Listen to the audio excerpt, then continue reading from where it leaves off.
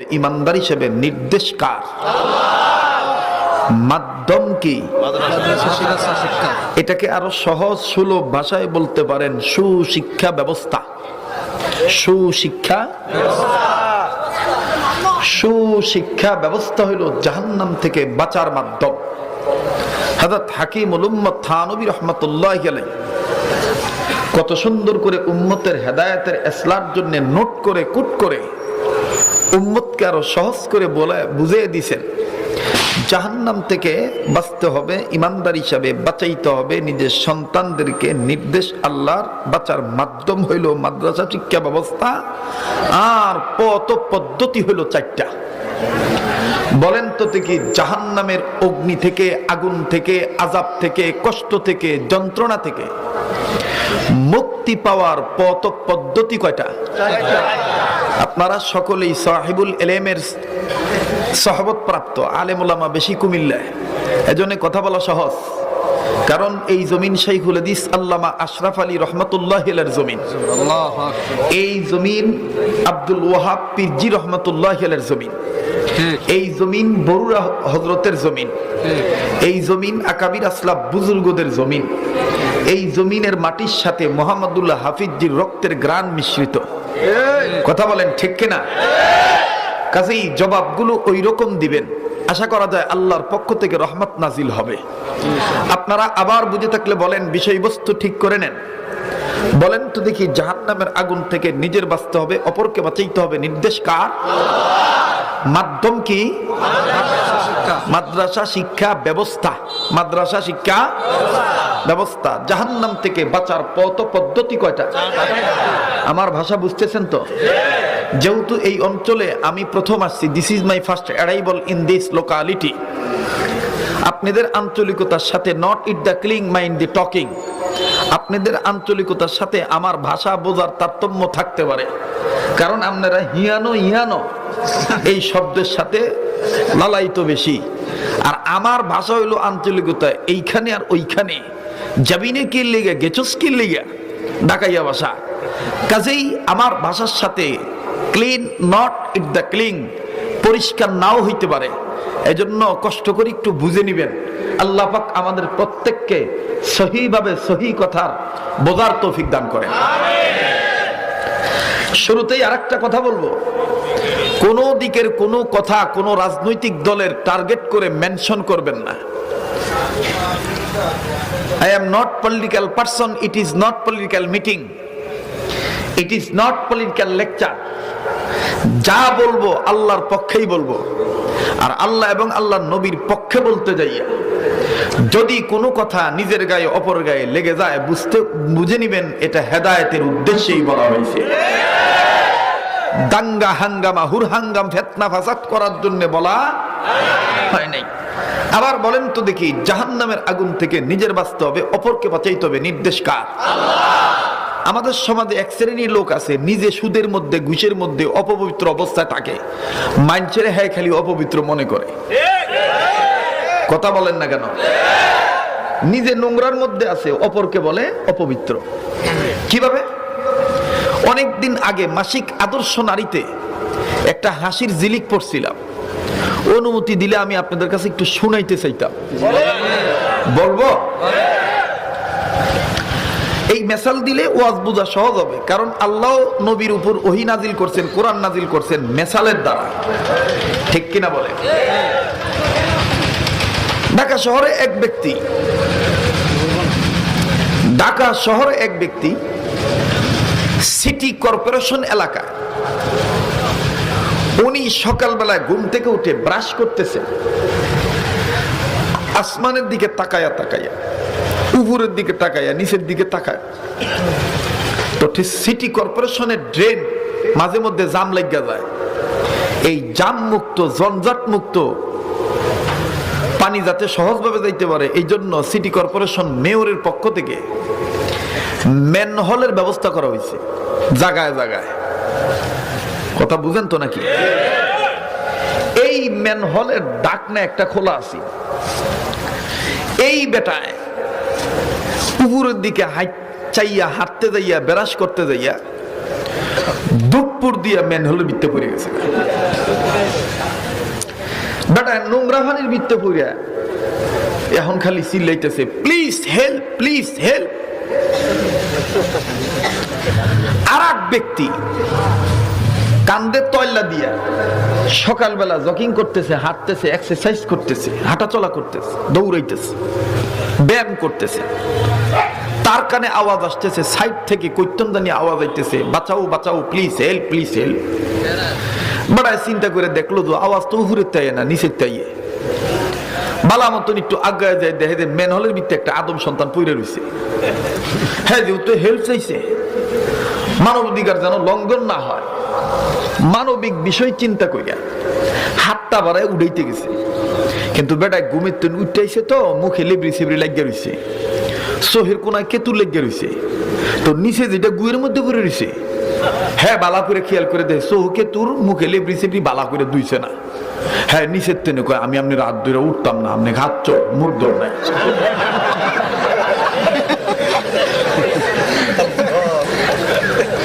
আমাদের দেশের এক শ্রেণীর মুখোশধারী ভদ্রলোক আছে, সমাজের নেতা বলে দাবি করে।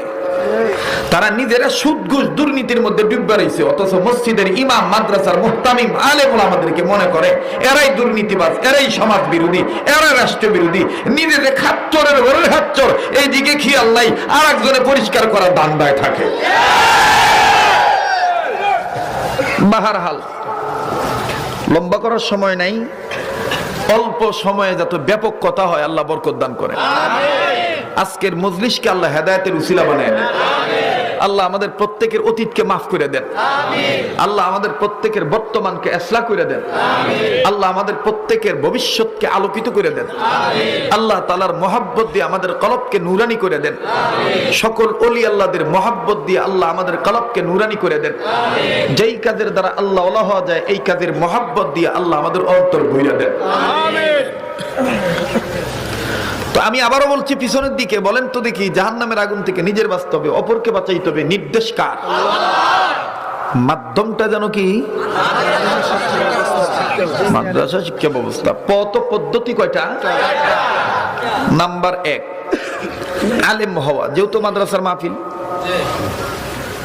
আমার হাটাজারি হযরতের নামে, আর আমি এই মাহফিলটা রাখছি ওই নেসবতের কারণেই।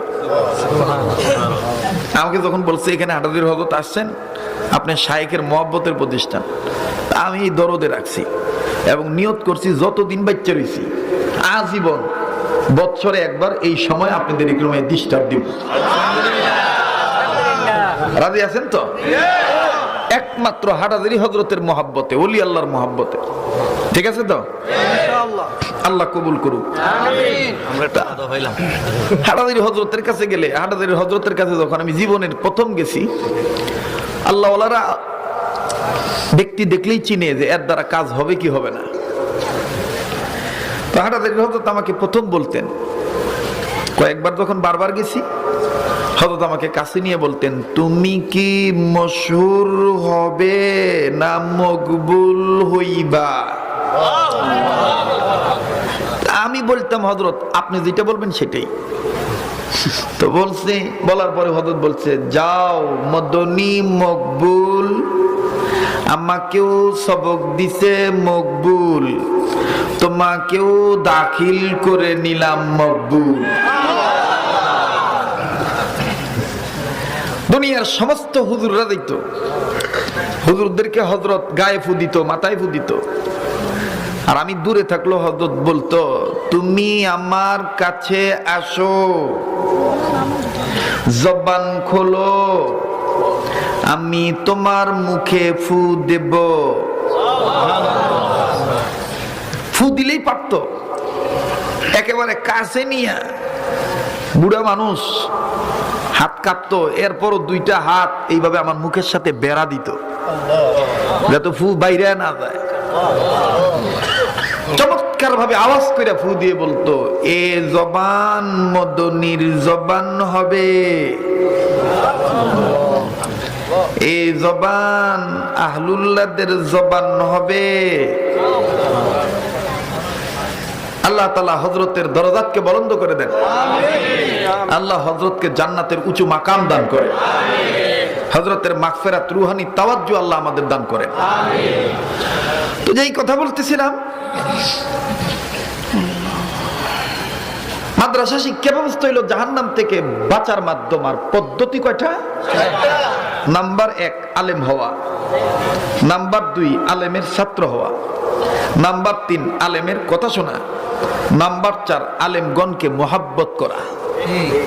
এই 4 পদ্ধতি হলো জাহান্নাম থেকে বাঁচার পথ। আমি আবারও পিছনের দিকে নিয়ে যাচ্ছি যাতে ওয়া সারা জীবন মনে থাকে। বলেন তো দেখি, জাহান্নামের আগুন থেকে নিজের বাঁচতে হবে, অপরকে বাঁচাইতে হবে, নির্দেশ কার? মাধ্যমটা কি? পথ পদ্ধতি কয়টা? 4টা। এই বিষয়টা মনে রাখবেন। আফসোস, জাহান্নামের বয়ান করলে আমাকে কান্দায় না, জাহান্নামের কথা বললে আমাদের দিল নরম হয় না। কিন্তু আমার আপনার গুনার অভাব নাই। ফেরেশতাদের গুনাহ ছিল না, তারপরও জাহান্নাম দেখে ফেরেশতারা ঠিক থাকতে পারে নাই। জিবরাইল একদিন নবীর সামনে এসে খালি কান্দে। আমার নবী বলেন, জিবরাইল তুমি কান্দো কেন? জিবরাইল চোখের পানি ছেড়ে বলে, ইয়া রাসূলুল্লাহ, এতদিন আমি জান্নাত দেখছি, জাহান্নাম দেখি নাই। আজ আমার মাবুদ আমারে জাহান্নাম দেখাইছে। এই জাহান্নামের দগ্ধ আগুনের কালার দেখি আমি কান্দি। বাজান, দিলটা নরম করিয়া দেন। আমার দিল বলে উজানি হযরতের তাওয়াজ্জু এই মজলিসে আইসা গেছে।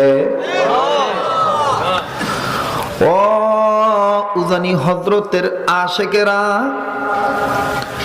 ও জিকিরকারী জাকেরেরা, নিজের চিন্তা নিজে করেন, কোনো দিকে কোনো খেয়াল নাই। জোর করে কান্নার অভিনয় করবেন, তাও আমার মালিক এই উসিলায় মাফ করিয়া দিতে পারে। বাজান, একটু সময়ের জন্য কবরটা সামনে আনেন, চক্ষুটা বন্ধ করিয়া দেখেন। হযরত ওসমান বলছেন, কবর হলো মানুষের জন্য ইমিগ্রেশন কাউন্টার। এই কবরে যে মাপ পাবে,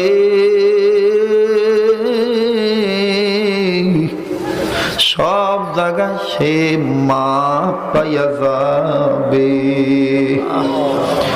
ওবাদান, যদি মনে করেন আপনার গুনাহ আছে, তাইলে গুনাহ মাফের জন্য মায়া লাগাইয়া কলব থেকে আওয়াজ দিয়া ডাক দেন না, বলেন না আল্লাহ। কেউ কাহারো দিকে তাকায়েন না, কেউ কারো দিকে দেখিবেন না, নিজের দিকে নিজে তাকান।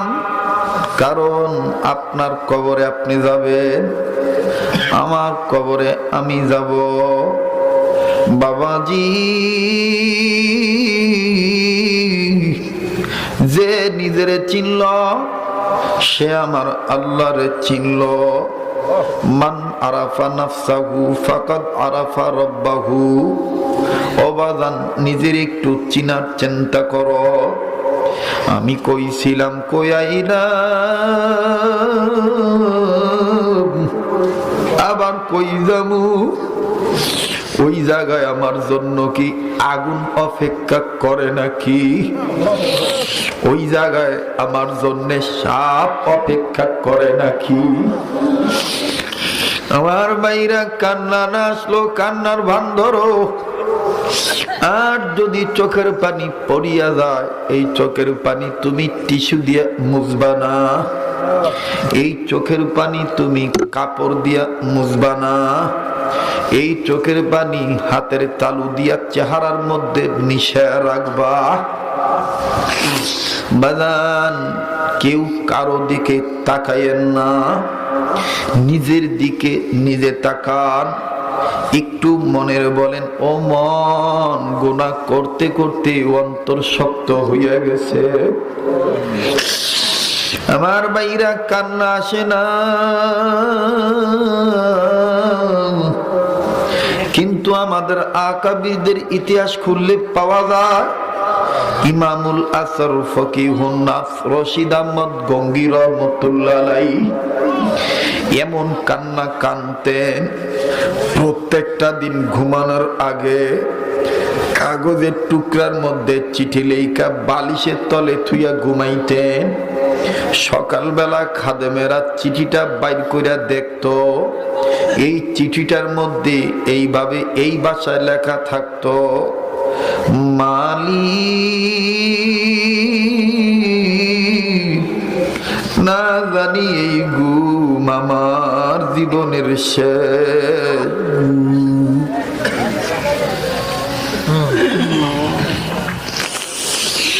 না জানি আল্লাহ আমার এই বয়ান আজকের জীবনের শেষ বয়ান। আজকে কদিন যাবত আমার ছেলেটা অসুস্থ, আমার ছেলে মেয়ে আমার সাথে ঘুমাইতে বড় পছন্দ করে। বাজানে প্রত্যেকটা দিন মেয়ে আর ছেলে বলে, আব্বু আজকে কি মাহফিল দূরে না কাছে? আমি যদি বুকে নিয়ে বলি, মাগো ও বাবা কেন এই কথা বলো, ছেলে মেয়ে দুই দিন গলাটা ধরিয়া বলে, বাবা কাছে মাহফিল হইলে তাড়াতাড়ি তুমি বাসায় আইবা, তোমার গলা ধরিয়া ঘুমাবো। আর দূরে থাকলে আমাদের ঘুম ধরে না। বাজানদে যখন ঢাকার বাইরে চলে আসি, গাড়িতে বসিয়া বসিয়া এইভাবে মাওলার কাছে কান্দের বলি, আল্লাহ বাড়িতে তো বিবি আমার পানে চাইয়া রইছে, ছেলে মেয়ে তো আমার অপেক্ষায় আছে, জানি না আমার মৌত তুমি কোন জায়গায় রাখছো। এমনও তো হবে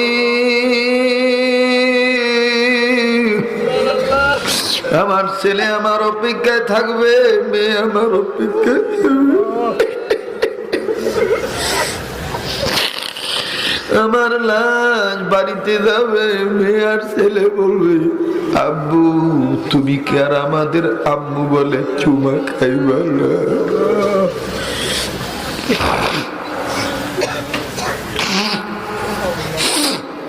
ভাই কোন রঙ্গ তামাশার জমিনে যায় না।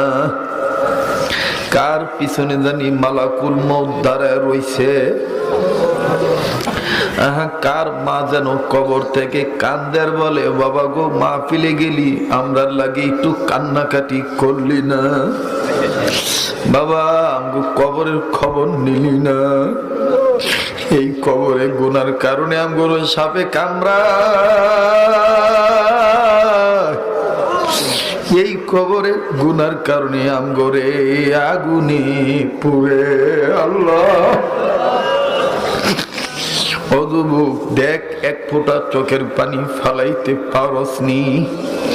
ও সৈয়দ ইসাকের ভক্তরা, ও সৈয়দ ফজল করিমের ভক্তরা, ও রশিদ আহমদ গঙ্গীর সিলসিলার সাবেরিয়া সোহরাওয়ার্দীর গোলামেরা, ও চিস্তিয়া তরিকার লোকেরা, ও কাদরিয়ার ছায়া তলে থাকুন না ভাইরা, ভাই গো দেখ আল্লাহওয়ালারা এই গোলামকে কাছে নিয়া বুকে বুক লাগাইয়া কি মারফত দিছে, দেখ আল্লাহ তাআলা কেমনে পরিবর্তন করে দিছে। আমি তো হাসি ছাড়া গান গীত ছাড়া ওয়াজ করতে পারি নাই, কিন্তু আমার মাওলা আমার জবানটারে কেমনে গো রুহানি জবান বানায় দিল। আমার ভাইরা আমি জানি না কার গুনাহ আছে, আরে গুনাহ যদি থাকে মায়া লাগায় গুনাহ মাফের জন্য আওয়াজ দিয়া বলস না আল্লাহ। কেউ জবান বন্ধ রাখো না। ও আজিজ তলাবারা, তোমরা না আগামী প্রজন্মের মুহাম্মদুল্লাহ হাফিজি হইতে চাও? তোমরা না আজিজুল হক হইতে চাও? তোমরা না আল্লাহওয়ালা হতে চাও? আল্লাহওয়ালারা কান্না ছাড়া আল্লাহওয়ালা হয় নাই। কত বন্ধু আমারে ফোন দিয়ে কয়ে শরীয়তপুরি এত তাড়াতাড়ি আল্লাহওয়ালার কাতারে যাওয়া ঠিক হয় নাই, এখনো তো নবুয়তের বয়স হয় নাই, আরো কয়দিন রঙ্গ তামাশার মধ্যে থাকলে ভালো হইতো। আমি কান্দিয়ার বলি, ভাই গো,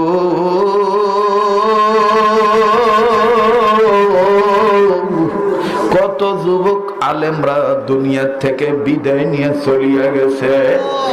আমারই তো সহপাঠী আইনুদ্দিন আল আজাদ যদি ভাবতো এত তাড়াতাড়ি দুনিয়া থেকে যাওয়া লাগবে, আমার ভাইরা, আমার বন্ধুগণ, তাইলে তো সে বুঝতে পারত আসার গ্যারান্টি আছে, যাওয়ার কোনো গ্যারান্টি নাই।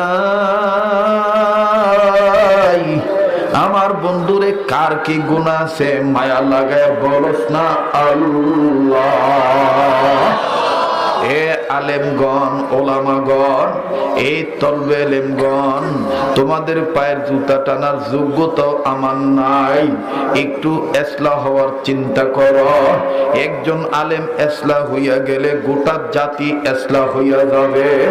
ও বাজান, কান্না না আসলো কান্নার ভান ধরো, একটু মায়া লাগায় বলো না আল্লাহ। আর একবার বলো না আল্লাহ। আমি তুমি ঘুমের আগে নিজের আত্মসমালোচনা করি না, আর আমাদের আকাবির বুজুর্গরা প্রত্যেক দিন ঘুমানোর সময় নিজের আত্মসমালোচনা করতেন। রশিদ আহমদ গঙ্গী রহমতুল্লাহ আলাইহি চিঠির মধ্যে চিঠি লেখা বালিশের তলে থুইয়া ঘুমাইতেন। চিঠির ভাষা এইরকম ছিল, মালিক, না জানি এই ঘুম আমার জীবনের শেষ ঘুম। এই রশিদ আহমদ গঙ্গী রহমতুল্লাহ আলাইহির জীবনী খুললে পাওয়া যায়, হযরত গঙ্গী রহমতুল্লাহ আলাইহি কানতে কানতে কানতে কানতে কানতে কানতে কবর আযাবের ভয়ে নিজের চোখ অন্ধ বানায় ফালাইছিলেন। লোকেরা বলতেন, হযরত জি, কবর আযাবকে আপনি দেখছেন? আপনি কবর আযাব দেখিয়া কান্দেন নাকি? গঙ্গী রহমতুল্লাহ আলাইহি কানতেন আর চিৎকার দিয়া বলতেন, আমার মাওলা আমারে দেখাইছে বিদায় তো আমি কান্দি। আমার মাওলা আমারে কবর আযাব দেখাইছে আল্লাহ, আমার মাওলা আমারে কবর আযাব দেখাইছে, এই জন্য আমি দেখিয়া কান্দি। লোকেরা চিৎকার দিয়া নামাজের শুরুতে বসিয়া বলে, হযরত, আমরা নাদান নাফরমান গুলারে যদি একটু বুঝাইতেন কেমনে আমি কবর আযাব দেখছে, এই একটু চক্ষুটা বন্ধ করো। আমার নবী বুখারীর হাদিস, সাহাবায়ে কেরামদেরকে বলতেন, মাঝে মধ্যে মরিয়া যাইও। সাহাবীরা বলতেন, ওগো নবীজি, মানুষ আবার মরার আগে কেমনে মরে?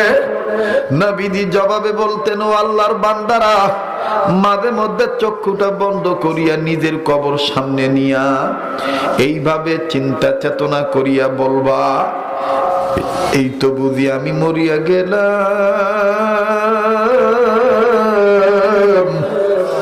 এই তো বুঝি আমার নামে মসজিদে এলান হবে। কেমনে রে যুবক গুনাহ করস? এই যুবক কেমনে গুনাহ করস? কেমনে রে জাহান্নামের আগুনকে ভয় পাস না?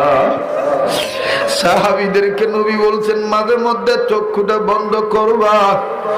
আর এইরকম বাবা, এই তো বুঝি আমি মরিয়া গেলাম, এই তো বুঝি আমার লাশটা ঘর থেকে বাইর কইরা দিল। আমার নবী বলেন, লাশ যখন ঘর থেকে বাইর করা হয়, দুনিয়ার অনেক মানুষ বলে লাশ তাড়াতাড়ি করে দাফন দাও, দাফন দাও, দাফন দাও, দাফন দাও, ঘরের ভিতর রাখো না। আর ওইদিকে কবর বলে, আমল নানি আমার কাছে আইসো না।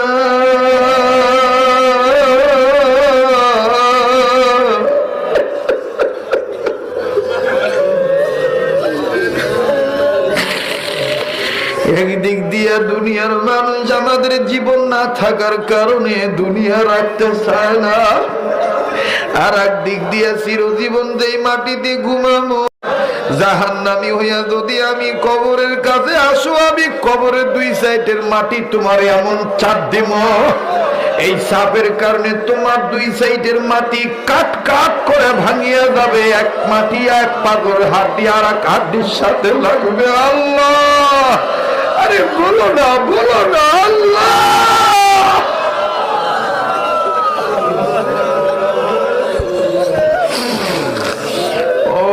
বন্ধু, কান্না না আসলো কান্নার ভান ধর। এই মাহফিল আর সাধারণ মাহফিল নাই, এই মাহফিল ওলি আল্লাহর মাহফিল হইয়া গেছে। এই মাহফিল উজানি হযরতের রুহানি তাওয়াজ্জুর মজলিস হইয়া গেছে। এই মাহফিল হাজী আমদাদুল্লাহ মুহাজির মক্কির মজমা হইয়া গেছে। আয় আয় যুবক, ফাফিরু ইলাল্লাহ, আয় আমার মাওলার দিকে ফিরে আয়। যদি মনে করস গুনাহ আছে তাইলে কেন চুপ থাকবি? যদি মনে করস পাপ আছে তাইলে কেন চুপ থাকবি? আরে মায়ের কাছে অন্যায় করিয়া যদি মায়ের মা কইয়া ডাক দাও না, মা কয় ভুলিয়া গেছি তোর অন্যায়। আর যদি না করস আমি রাগ করুন না, মায়ের চাইতে তো আমার আল্লাহর দয়া বেশি। আরে দুনিয়ায় একটা কাম করিয়া ধরা পড়লে সমাজের মানুষ তোরে আমারে দাম দেয় না, মুখটা ভেসকি মারে, সমাজে একসাথে রাখতে চায় না। আর চিন্তা করিয়া দেখ আমার মাওলা তোর আমার জন্য কত দয়ার আল্লাহ। আরে গোপনে গোপনে কত বড় বড় গুনাহ করি,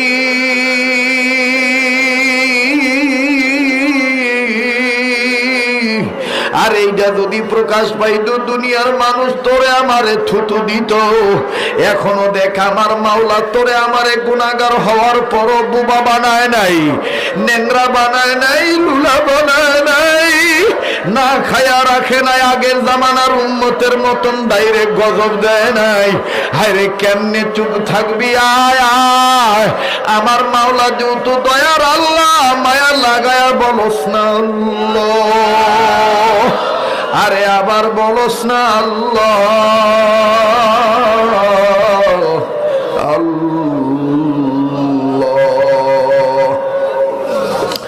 কেউ কারো দিকে তাকাস না, নিজের দিকে নিজে তাকা। একটু চিন্তা করিয়া দেখ, কালকেই যদি তোর আমার মরণ হইয়া যায়, আর আজকে যদি গুনাহ মাফ না করাইতে পারি, জাহান্নাম থেকে মুক্তি না নিতে পারি, তাইলে কবর তো তোরে আমারে 5 বার প্রতিদিন ডাকে। এই কবর কিন্তু তোরে আমারে ডাক দিয়া বলে আমি আগুনের ঘর,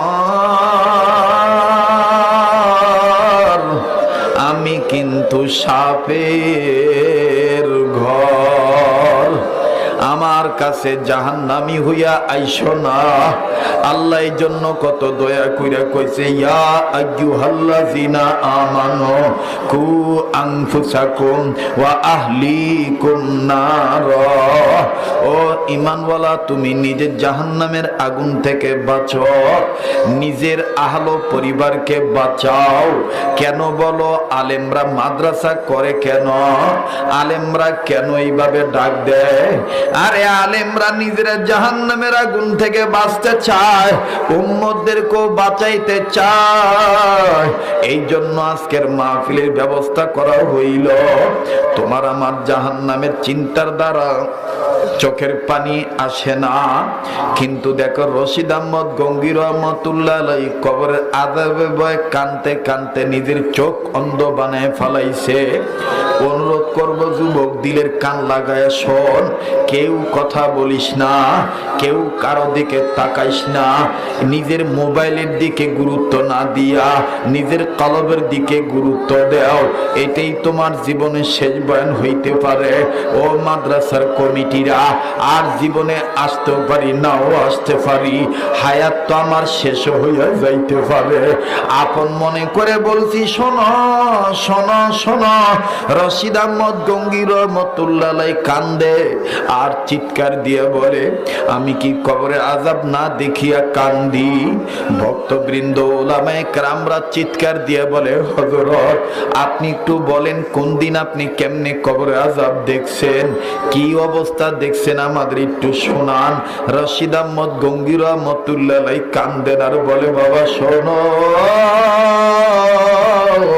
আমি প্রায় কবর জিয়ারত করতাম। একদিন আমি একটা কবরের সামনে দাঁড়াইছি জিয়ারত করার নিয়ত করিয়া। আমি যখন সূরা কারাত তেলাওয়াত শুরু করলাম, ঠিক এই মুহূর্তে আমার গায়ে কেমন জানি ওই কবর থেকে গরম বাতাস লাগলো। মিথ্যা মনে করিয়া বইছ যুবক, যার কারণে দুনিয়াদারির চিন্তায় মত্ত।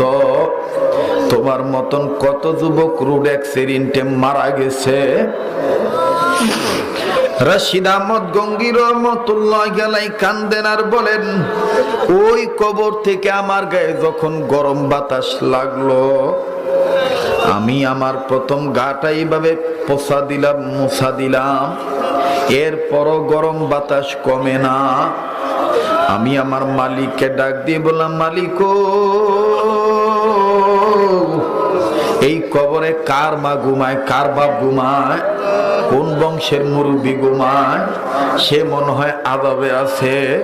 এরকম গরম বাতাস তো জীবনে আমার গায়ে লাগে নাই। আল্লাহ তুমি যদি আমার একটু দেখাইতা, আমি দেখতাম এই কবরওয়ালা কোন হালতে আছে। আমার মাওলা গঙ্গী রাহমাতুল্লাহি আলাইহির বাতিনি চক্ষু খুলিয়ে দিলেন। এইবার রশিদ আহমদ গঙ্গী রাহমাতুল্লাহি আলাইহি বাতিনি চক্ষু দিয়া যখন কবরের দিকে নজর করলেন, নজর করিয়া দেখে কবর ভর্তি খালি সাপ আর সাপ, আগুন আর আগুন। অবাজান এমন সাপ, এত বড় বড় সাপ। গঙ্গী রাহমাতুল্লাহ আলাইহি নজর করিয়া দেখেন এই গোলাম কি জানি পাপ করিয়া ধরা খাইছে। সাপগুলো তারে এমন ভাবে কামড় দেয়, আবার দুই একটা সাপ এই গোলামের নাকের ফুকা দিয়া ঢোকে, এক ফাঁকা দিয়া ঢোকে আর এক ফাঁকা দিয়া সাপ বাইর হয়। আমার ভাইরা গোলামটা চিৎকার দিয়ে কান্দার বলে, আমি আর পারি না সহ্য করতে, আমার কি কেউ নাই দুনিয়ায়, আমার জন্য একটু মাগফিরাতের দোয়া করবে। আরে ভাই, কার জানি মা কবর থেকে কান্দে, কার জানি বাবা কবর থেকে কান্দে, আরে কার দাদা দাদি নানা নানি যেন কবর থেকে কান্দে, কোন স্বামীর বিবি যেন কবর থেকে কান্দে, আরে কোন বিবির স্বামী যেন কবর থেকে কান্দে। আর চিৎকার দিয়ে দিয়ে বলে, মাহফিলে গেলি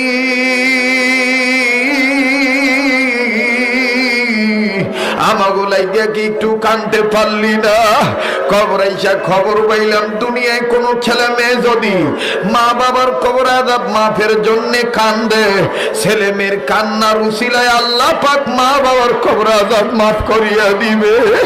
আরে মায়ের মহাব্বত নিয়া, বাবার মহাব্বত নিয়া কবরে আযাব মাফ করার আশায় একটু আওয়াজ দিয়া বলস না আল্লাহ,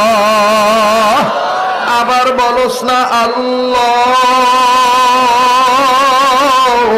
আর একবার বলস না আল্লাহ। কেউ কারো দিকে তাকাস না রে বাবা, কান্নাকাটির মজলিস শুরু করিয়া দিবে। আমার মাওলা কান্নাকাটি পছন্দ করে। এ মোবাইল ওয়ালারা, মোবাইল তুই ধরে রাখছিস, তোর কি হেদায়েতের দরকার নাই? তোর কি নাজাতের দরকার নাই? যদি গুনাহ থাকে তাইলে তুই কাঁদবি, আর গুনাহ যদি না থাকে তাইলে তুই কাঁদিস না। জাহান্নামে যাওয়ার জন্য একটা কবিরা গুনাহ যথেষ্ট। এই একটা কবিরা গুনাহ তোরে আমারে জাহান্নামে নিয়ে যাবে। ও আল্লাহ, তুমি দেখো বিচুন্দের এলাকায় কেমনে আলেমরা কান্দে, কেমনে তলবে আলেমরা কান্দে, কেমনে হাদি সাহেবরা কান্দে, কেমনে দাড়ি পাকা লোকেরা কান্দে, এতিম বাচ্চারা কেমনে তোমার আল্লাহ কইয়া ডাকছে। তোমার কি মায়া লাগে না? আরে মায়া লাগায় বলস না আল্লাহ, আবার বলস না আল্লাহ।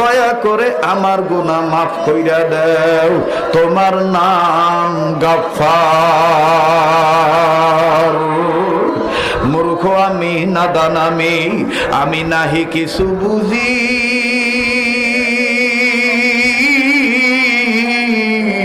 দয়া করে আমায় দান করো আল্লাহ, মুহাম্মাদি পুঁজি আল্লাহ। কবরের সামান জোগাড় না করাইয়া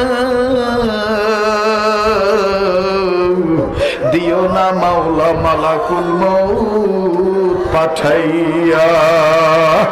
বাজান রাত্র গভীর হইয়া যায়, অল্প সময়ের মধ্যে আমি বুঝ মোতাবেক কথা বলিয়া যাই।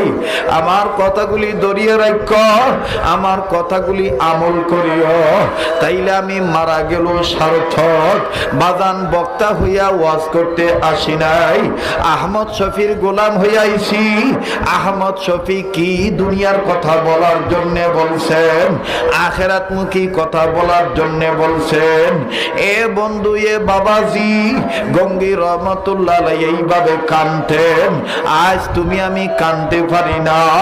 হাকিমুল উম্মত থানভী রহমতুল্লাহ বলেন, আমার আল্লাহ মায়ের চাইতে, বাপের চাইতে, বন্ধুর চাইতে, ভাইয়ের চাইতে, বোনের চাইতে, মা বাবার চাইতে বান্দাকে আল্লাহ বেশি ভালোবাসে। এই জন্য আল্লাহ চায় না ইমানদার বান্দা জাহান্নামের আগুনে জ্বলুক। আমার আল্লাহ কত দয়া করে কইছেন, ইয়া আইয়ুহাল্লাযীনা আমানু কু আনফুসাকুম ওয়া আহলিকুম নার। ও ইমানদার বান্দা বান্দি, তোমরা নিজেরা জাহান্নামের আগুন থেকে বাঁচাও, নিজের অধীনে যারা আছে তাদেরকেও জাহান্নামের আগুন থেকে বাঁচাও। বাজান দোয়া না করে কেউ যাস না। আজকের এই কান্নার চোখের পানি আল্লাহ ফেরত দিবে না। এখানের মাটি পর্যন্ত তোদের জন্য দোয়া করতেছে।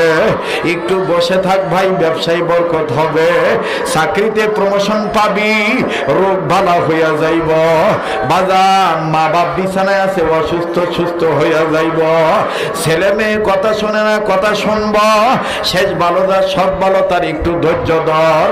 আল্লাহ পাক ডাক দিয়ে বললেন, জাহান্নামের আগুন থেকে তোর বাঁচা লাগবে, তোর অধীনে যারা আছে তাদেরকেও বাঁচাইতে হবে।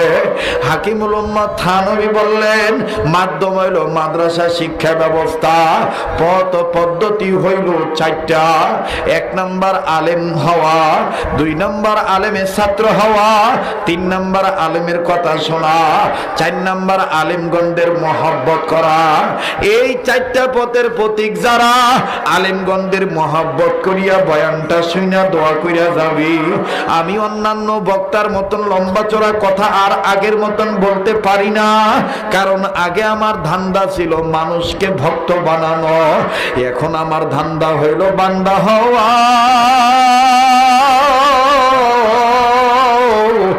এখন আমার ধান্দা হইল মাওলারে পাগল করা। আয় যারা আমার সাথে আসবি থাকবি, আল্লাহ পাক কবুল করবে ভাই।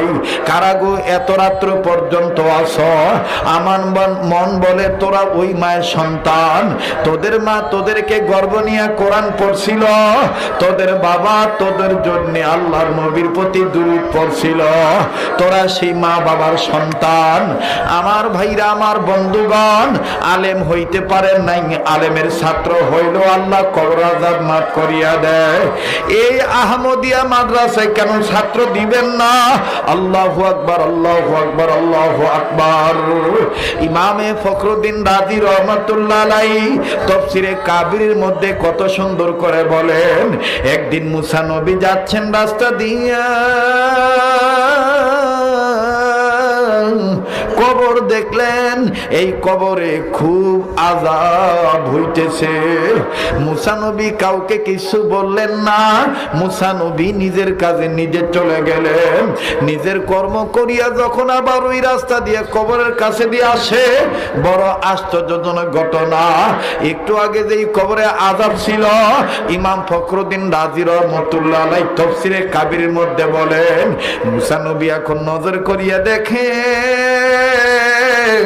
এই কবরে আর কোনো আযাব নাই। মুসা নবীর সাথে বলছেন কথা,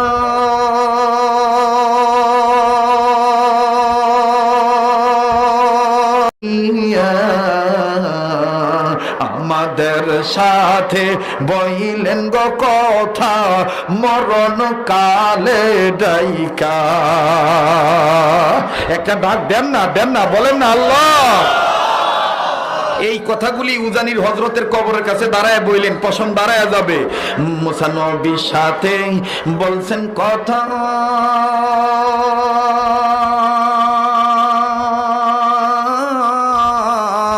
কুহে তুরে নিয়া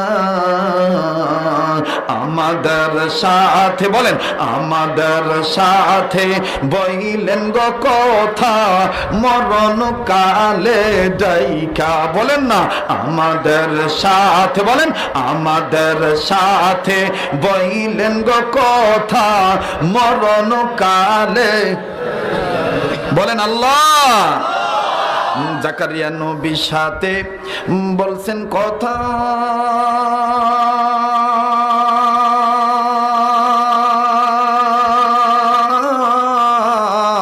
করাতে চিড়িয়া আমাদের সাথে বইলেন গো কথা কবর দেশে নিয়া। এই আল্লাহর পাগলেরা ডাক দেস না, বলস না আল্লাহ। জাকারিয়া নবীর সাথে বলছেন কথা,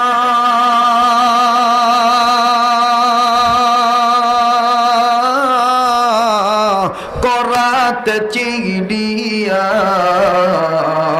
আমাদের সাথে বইলেন গো কথা কবর দেশে নিয়া।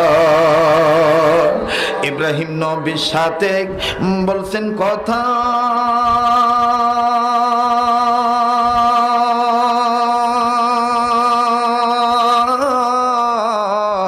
আগুনে ফেলিয়া। ইব্রাহিম নবীর সাথে বলছেন কথা, অগ্নি কুণ্ডে নিয়া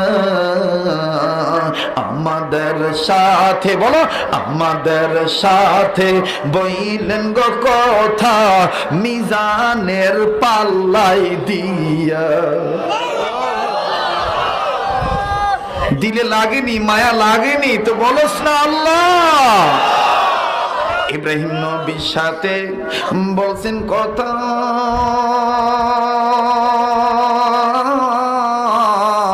অগ্নি কুণ্ডে নিয়া আমাদের সাথে বইলেন গো কথা, বলো আমাদের সাথে বইলেন গো কথা মিজানের পাল্লায় দিয়া। ইউনুস নবীর সাথে বলছেন কথা,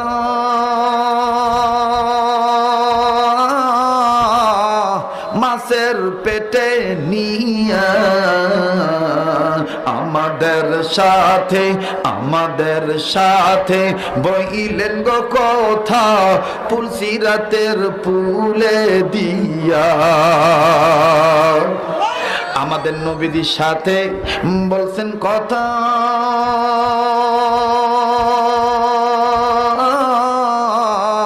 মেরাজেতে নিয়া। ঠিক কিনা বলেন? আমাদের নবীর সাথে বলছেন কথা,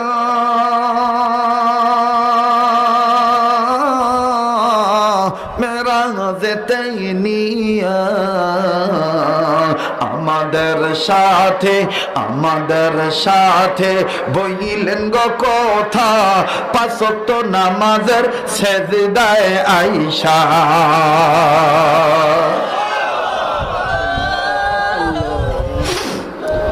বাজান খুব খেয়াল করে শোনা চাই। ইমামে ফখরুদ্দিন রাজি রহমতুল্লাহ আলাইহি বলেন, মুসা কালিমুল্লাহ দেখলেন আযাব নাই। এবার কবরের কাছে মুসা নবী দাঁড়াইলেন। দাঁড়াইয়া আল্লাহকে ডাক দিয়ে বললেন, আল্লাহ, একটু আগেই কবরে আযাব ছিল, এখন আর কেন আযাব নাই? আমার আল্লাহ ডাক দিয়ে বললেন, মুসা রে, এ মাদ্রাসা বিরোধীরা শোনো। মুসা নবীকে আল্লাহ ডাক দিয়ে বললেন, মুসা রে, যেই কবরে আযাব ছিল, এই কবরওয়ালা গুনাহগার ছিল, গুনাহ করিয়া কবরে গেছে, আমি আল্লাহ রাগ হইয়া আযাব দিছি। কিন্তু মুসা, তুমি জানো না, এই কবরওয়ালার একটা সন্তান দুনিয়া রাইখা গেছে। এই সন্তানটা এতদিন কথা বলা শিখে নাই, এই সন্তান ইদানিং কথা বলা শিখছে। এই সন্তানকে সন্তানের মা এতিম বাচ্চাটাকে নিয়ে মাদ্রাসায় ভর্তি করে দিছে। মাদ্রাসায় ভর্তি হওয়ার পর মাদ্রাসার হুজুর এই বাচ্চাটাকে প্রথম সবক পড়াইছে, বিসমিল্লাহির রহমানির রহিম। ও মুসা, এই বাচ্চাটা যখন বলছে, মাসুম বাচ্চা যখন বলছে, আমি আল্লাহ রহমান, আমি আল্লাহ রহিম, মুসা তুমি বলো, যেই ছেলেটার কোনো গুনাহ নাই, এই বাচ্চাটা যদি বলে আমি আল্লাহ দয়ার আল্লাহ, আমি আল্লাহ মায়ার আল্লাহ, মুসা তুমি বলো, আমি দয়ার মায়ার আল্লাহ হইয়া এই বাচ্চার বাবার কবরে কেমনে আযাব দিতে পারি? ভাইজান, আমি লম্বা করব না। আমার ভাই মাওলানা বেলাল হোসেন ফারুকি, তিনি কত সুন্দর করে আপনাদেরকে একটা কথা বলছে, বেচারা সময়ের অভাবে বলতে পারেন নাই। আমিও হাদিস পাঠ করেছি, খৈরুকুম মান তাআল্লামাল কুরআন ওয়া আল্লামা। ওই ব্যক্তি উত্তম ব্যক্তি যে ব্যক্তি নিজে কোরআন শিখে এবং অপরকে শিক্ষা দেয়। বাবাজি, কোরআনের কত দাম, কোরআনের গিলাফের কত দাম, কোরআনের সাথে তার সম্পর্ক থাকবে, তার দামও আল্লাহ বাড়ায় দিবে। ইমাম গাজ্জালী রহমাতুল্লাহ একটা ঘটনা লেখেন এইভাবে, 2-4 মিনিটে কথাটা বলিয়া দেই, কোরআনের আজমত আমি আপনাদেরকে বুঝাইতেছি। ইমাম গাজ্জালী রহমাতুল্লাহ লেখেন, আমার মাওলা একদিন আমাকে স্বপ্নে দেখাইল, একটা গোলামের লাশ দেখায় বলতেছে, ইমাম গাজ্জালী, এই বান্দাটা সমাজে মরিয়া গেছে, কেউ তার লাশটা দাফন করে না, কেউ তাকে কবর দেওয়ার মতন মাটি দেয় না। ওই সময় নিয়ম ছিল, মুসলমান মারা গেলে কবরের জায়গা কিনা নিয়ে মাটি দিতে হয়। ও গাজালি, আমি আল্লাহ তোমারে অনুমতি দিয়া দিলাম, আমি মাওলা এই লোকটার জিম্মাদারি তোমারে দিয়া দিলাম। ইমাম গাজালি রহমতুল্লাহ আলাইহি ঘুম থেকে উঠিয়া আমার বন্ধুগণ লাশটা তালাশ করা শুরু করলো। ডাক দিয়ে বলে, আব্দুর রহমান নামে কেউ মারা গেছে নাকি? এবার বাজান রে খুঁজতে খুঁজতে খুঁজতে খুঁজতে আব্দুর রহমানের গ্রামের বাড়ি যাওয়া হইল। যাইয়া দেখে আব্দুর রহমানের ছেলে মেয়েরা আব্দুর রহমানের লাশটা সামনে নিয়ে কান্দে আর ডাক দিয়ে বলে, কেউ কি নাই আমার বাবার লাশটাকে দাফন করার ব্যবস্থা করবে? তাইলে কি আল্লাহ তুমি বলো, আমাগো বাবার লাশটা নদীর বাসায় দিব, আমাগো বাবার লাশটা জঙ্গলে ফালাইয়া দিব। ইমাম গাজী ডাক দিয়ে বলেন, বাবা গো, তোমার বাবার লাশের জিম্মাদারি আমার মাওলা আমারে দিয়ে দিছে, এই নাও টাকা দিয়ে দিলাম, এই টাকা দিয়া কাপড় কিনে আনো। আর কোন জায়গায় মাটি কিনতে হয় বলো, কবরের মাটি কেনার মতন টাকাও দিয়ে দিলাম। অনেক লম্বা কথা সংক্ষেপ করে বললাম, ইমাম গাজ্জালী নিজেই দাফন কাফনের ব্যবস্থা করলেন। জানাজা পড়াইয়া লাশটা কোলে নিয়া যখনই কবরে নামাইবেন, ইমাম গাজ্জালী কবরের নজর করিয়া দেখে, কবর থেকে নজর করিয়া আন্দাজ পায় এই কবর থেকে কেমন জানি জান্নাতের ঘ্রাণ আসে। আরে ডাক দেন না, বলেন না আল্লাহ। ইমাম গাজ্জালী ডাক দিয়ে বললেন, আল্লাহ, এই মূর্খ লোকটা, জাহেল লোকটা, এই কম দামি গরিব লোকটা, এই লোকটা কি এমন আমল করছে যার কবর এইরকম জান্নাতের ঘ্রাণ পাওয়া যায়? এইবার ইমাম গাজ্জালী যখন কবরে নামবে, কবরটা কেমন জানি নরম নরম তুলার মতন হইয়া গেছে। এমন খুশবু, এমন জান্নাতি খুশবু। ইমাম গাজ্জালী কাউকে কিছু বললেন না। এই কথা বলো কেন তুমি?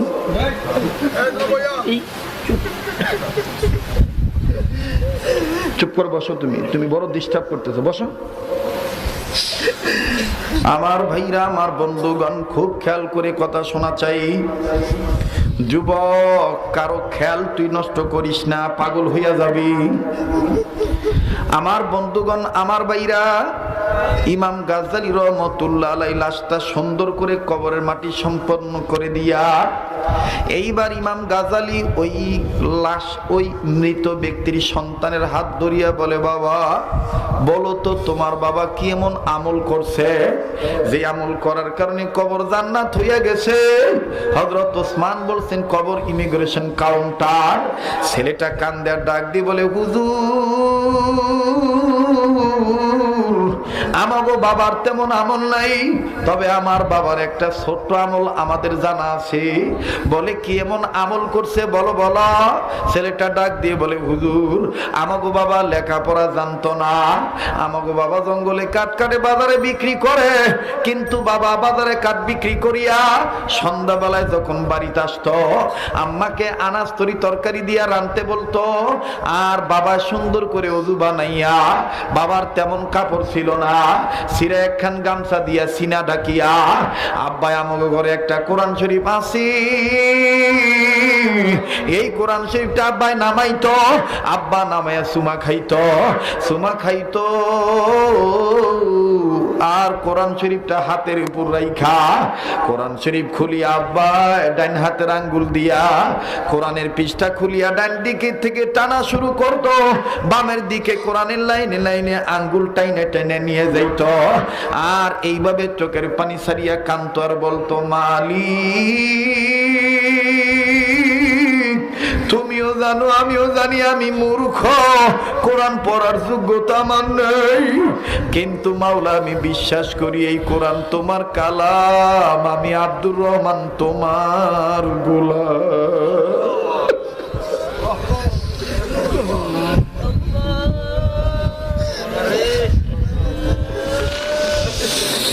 আল্লাহ তুমিও জানো আমিও জানি এই কোরআন তোমার কালাম, আমি তোমার গোলাম। হুজুর আমার আব্বা এইভাবে কোরআন নাড়তো আঙ্গুল নাড়াইতো। বেলা এই কালেমার প্রেম থাকিলে, এই কালেমার প্রেম থাকিলে কবর হবে উজালা, লা ইলাহা ইল্লাল্লাহ, জোরে লা ইলাহা ইল্লাল্লাহ, আর জোরে লা ইলাহা ইল্লাল্লাহ। বহু দূরে মদিনা আমরা কেমনে যাইতাম জানি না, কথা বলেন ঠিক কিনা? বহু দূরে মদিনা আমরা কেমনে যাব জানি না, দয়া করো দয়ার আল্লাহ, দয়া জোরে জোরে দয়া কর, যারা মদিনায় যাইতে চান আওয়াজ দিয়ে দয়া কর আল্লাহ, পুরো মনের বাসনা, লা ইলাহা ইল্লাল্লাহ, জোরে লা ইলাহা ইল্লাল্লাহ। ভাই গো রিকশা চলে না চালক ছাড়া, নৌকা চলে না মাঝি ছাড়া, ঠিক কিনা বলে? রিকশা চলে না চালক ছাড়া, নৌকা চলে না মাঝি ছাড়া, দুনিয়া চলে না আল্লাহ ছাড়া, ঠিক না? দুনিয়া চলে না আল্লাহ ছাড়া, মুমিন চলে না জিকির ছাড়া, লা ইলাহা ইল্লাল্লাহ, জোরে লা ইলাহা ইল্লাল্লাহ, জোরে লা ইলাহা ইল্লাল্লাহ, আর জোরে লা ইলাহা ইল্লাল্লাহ, লা ইলাহা ইল্লাল্লাহু মুহাম্মাদুর রাসূলুল্লাহ। মুহাব্বতে পড়ি লা ইলাহা ইল্লাল্লাহু মুহাম্মাদুর রাসূলুল্লাহ সাল্লাল্লাহু আলাইহি সাল্লাম। ৩৮,৭০০ কত? ৩৮,৭৮০। ৪০,০০০ তার কয় টাকা লাগে বলেন? হ্যাঁ,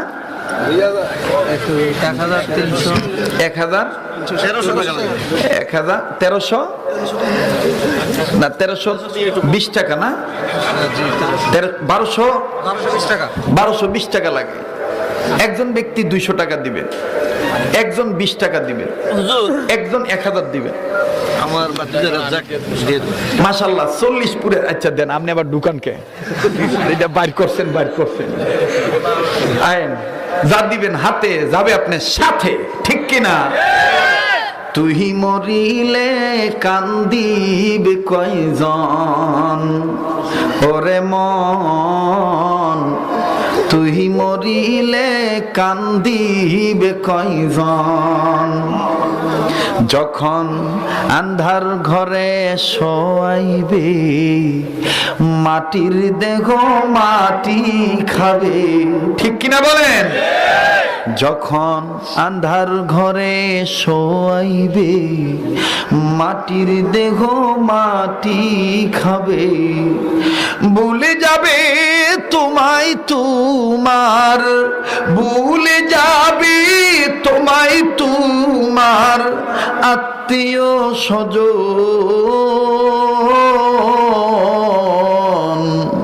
তুই মরিলে কান্দিবে কয়জন ওরে মন, তুই মরিলে কান্দিবে কয়জন।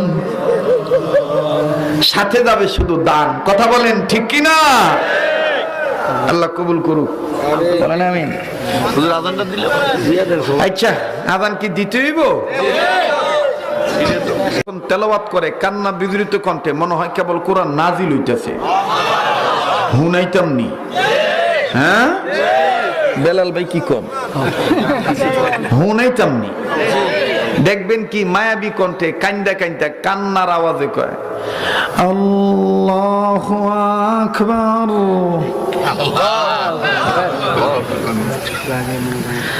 আলহামদুলিল্লাহি রাব্বিল আলামিন, আল্লাহু আকবার, আর রহমানির রহিম,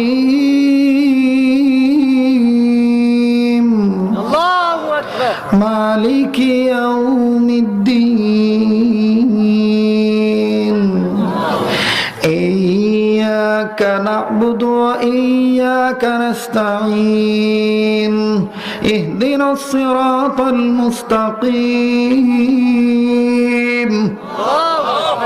একই ইমাম আর একজন ইমাম আছেন, একই সূরা, দেখবেন মোটা গলার আওয়াজ দিয়ে পড়ে, কি মজা লাগে, কি ফাতলা কইরা পড়ে। আল্লাহু আকবার,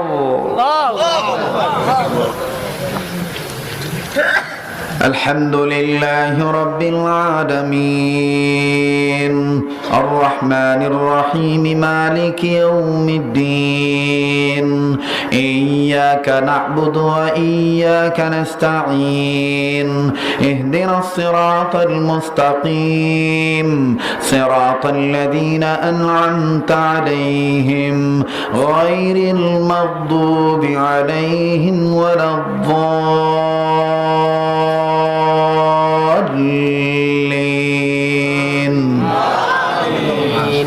আবার যখন কারি আব্দুল বাসিত সাহেব কেরাত পড়ে কি মন লাগে?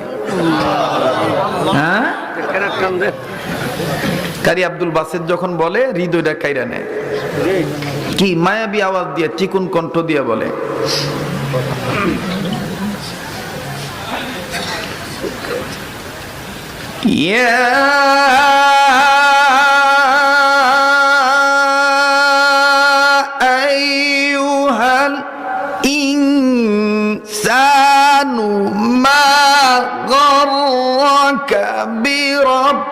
بربك الكريم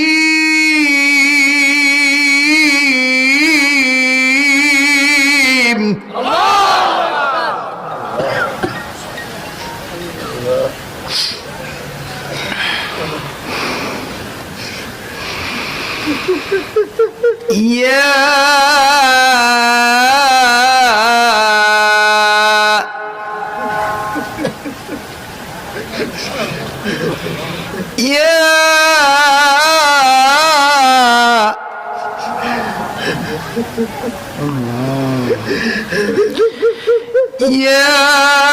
غرك بربك الكريم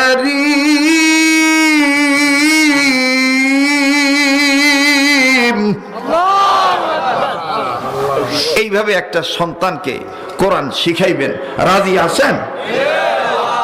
আর লম্বা নয়, আগামীতে আবার দেখা হবে ইনশাআল্লাহ। শোনেন, আমি আপনাদেরকে একটা দাওয়াত দিই। আমার মাহমুদপুর মার্কাজে তালিমুস সুন্নাহ সাইনবোর্ড চিটাগাং রোড, এই মাহমুদপুর মার্কাজে তালিমুস সুন্নাহর ইজতেমা হইল, আন্তর্জাতিক ইসলাহি ইজতেমা হইল আগামী ডিসেম্বর মাসের 24 তারিখ সকাল 9টা থেকে রাত্র 10টা পর্যন্ত। যেখানে উজানির হজরতদেরকেও পাবেন, যেখানে সন্দীপের হজরতদেরকেও পাবেন, যেখানে বসুন্ধরার হজরতকেও পাইবেন, যেখানে যাত্রাবাড়ির হজরতরাও পাইবেন, যেখানে ঢালকানগর হজরতরাও পাইবেন, যেখানে নানুপুরের হুজুররাও পাইবেন। সারা বাংলাদেশের চরমনায় হজরতের পক্ষ থেকেও প্রতিনিধিরা আসবেন। আমার ভাইরা সারা বাংলাদেশের পীর মাশায়েখ যেখানে থাকবেন, সারা বাংলাদেশের আন্তর্জাতিক ইসলাহি ইজতেমা 24শে ডিসেম্বর সকাল 9টা থেকে রাত্র 10টা পর্যন্ত, রাত্র 10টার পরে আখিরি মোনাজাত। আপনাদের দাওয়াত দিলাম, যাবেন ইনশাআল্লাহ। এই চান্দিনা থেকে, দেবিদ্বার থেকে, মুরাদনগর থেকে অসংখ্য বাস যাবে, অসংখ্য বাস যাবে, আপনারা যাবেন ইনশাআল্লাহ। আমার হাটারির হযরতের খানকা, খানকায়ে মদিনা, খানকায়ে মাহিস সুন্নাহ প্রতি শুক্রবার শত শত আলেম যায়।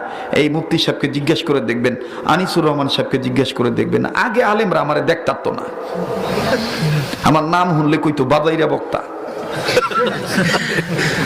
এখন আলেমরা আমার কাছে দেখো, হযরত কুছ সবক দিয়ে, হযরত কিছু সবক দেন, আমরা যেন ইসলাহ হইতে পারি।